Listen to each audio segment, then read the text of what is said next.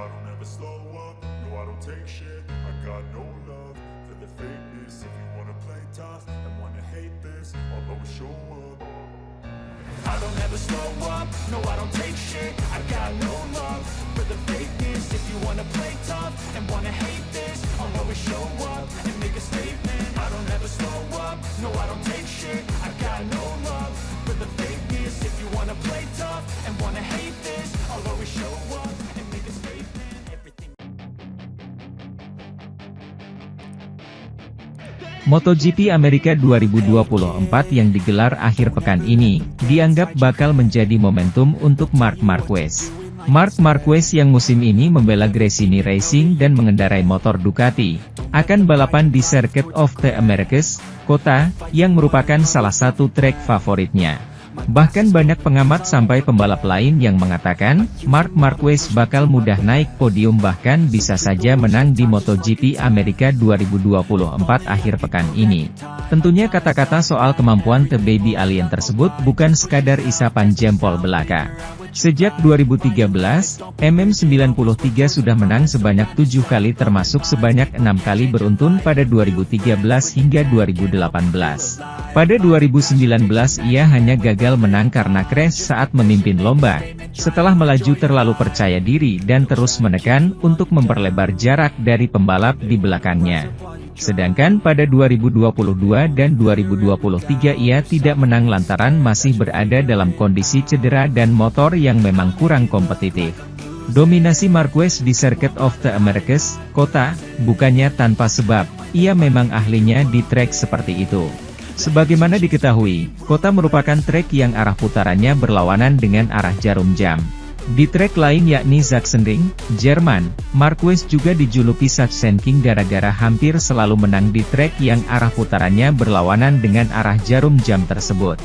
Hal itu berkat latihan khusus yang sudah dilakukan pembalap 31 tahun ini sejak ia masih di kelas junior.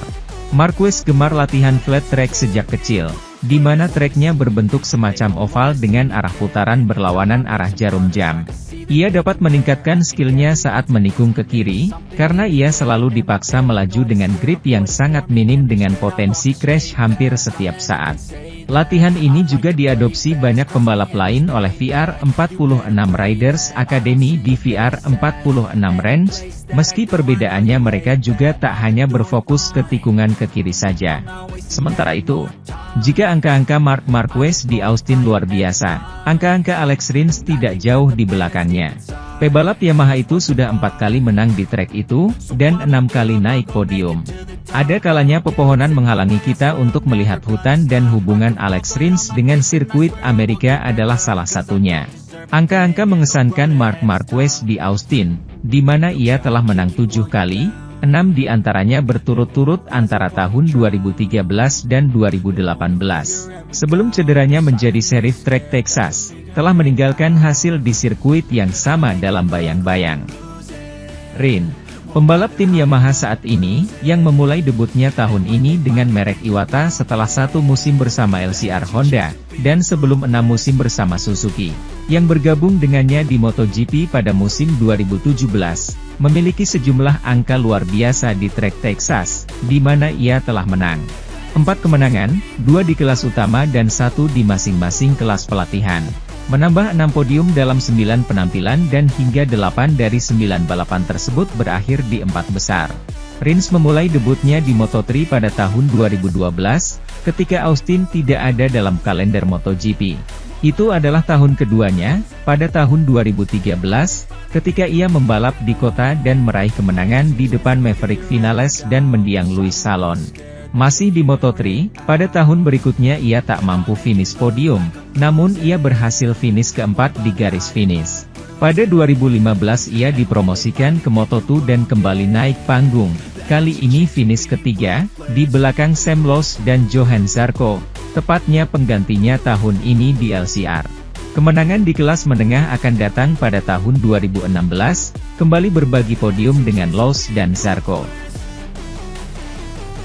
Livio Suppo sangat yakin insiden balapan yang melibatkan Marc Marquez dan Francesco Bagnaia, persentase kesalahannya adalah 50-50 meskipun dia lebih percaya pada Bagnaia.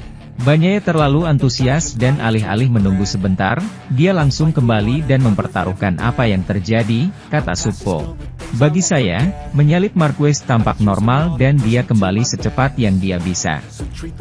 Rupanya, Pecco mengira itu akan lebih luas. Tidak ada yang dramatis di kedua sisi, ucap mantan bos Repsol Honda itu.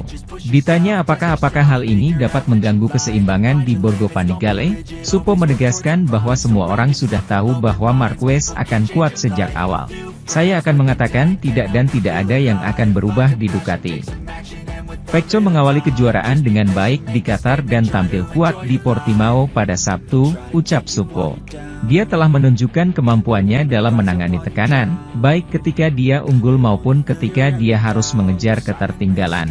Mengenai adaptasi Marquez ke Ducati GP23, mantan direktur Ducati, Suzuki dan Honda ini mengatakan, harus diperhatikan bahwa ia telah beradaptasi dengan gaya motor yang berbeda selama 11 tahun. Pemegang 6 gelar juara dunia MotoGP itu belum pernah mengendarai motor dengan aerodinamis canggih. Ini membuat perbedaan besar.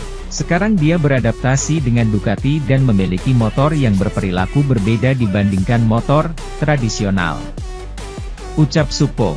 Di Qatar dia datang dalam waktu 3 detik, di Portimao dia unggul, dia tidak akan mengatakan bahwa dia tidak bisa mengeluh. Balapan selanjutnya adalah MotoGP Americas 2024 di Circuit of the Americas, Kota, 14 April yang merupakan sirkuit favorit Marquez dan Suppo sangat menantikan penampilannya. Kami akan melihat apakah rute persahabatan yang berbelok paling kiri sudah cukup untuk menyelesaikan adaptasinya terhadap motor ini dan bercita-cita meraih kemenangan, ujar Suppo. Kini dia bukan lagi anak seperti beberapa tahun yang lalu. Dia memiliki motor baru dan dia juga telah mengganti pemimpin timnya. Anda harus memberinya waktu, tetapi dia melakukannya dengan sangat baik. Sementara itu, Francesco Bagnaia menghadapi MotoGP Amerika Serikat di sirkuit Austin dengan tantangan. Dihantui dengan gagal finish MotoGP Amerika tahun lalu, juga insiden di Portugal 3 pekan lalu pada seri kedua. Tahun lalu di Austin, pembalap Ducati Lenovo Team itu tidak finish di balapan utama. Padahal Bagnaia menjadi pole sitter dan juga memenangkan sprint race. Tak pelak menambah rentetan panjang, Bagnaia belum pernah menang balapan utama di Austin. Saya bukan tipe yang membuat kegagalan menjadi penyesalan panjang, tetapi menjadikannya motivasi, ucap Bagnaia. Namun di Austin ini berbeda, karena selalu ada rasa tidak beruntung untuk bisa menang di MotoGP Amerika, lanjutnya. Terakhir kali Bagnaia menang di Austin adalah saat dia masih berlomba di Moto2 tahun 2018. Salah satu favorit untuk menang di Austin justru Marc Marquez yang dijuluki King of Austin. Lantaran ia memenangkan balapan MotoGP Amerika dari 2013 hingga 2018 tanpa kalah balapan dari pole position.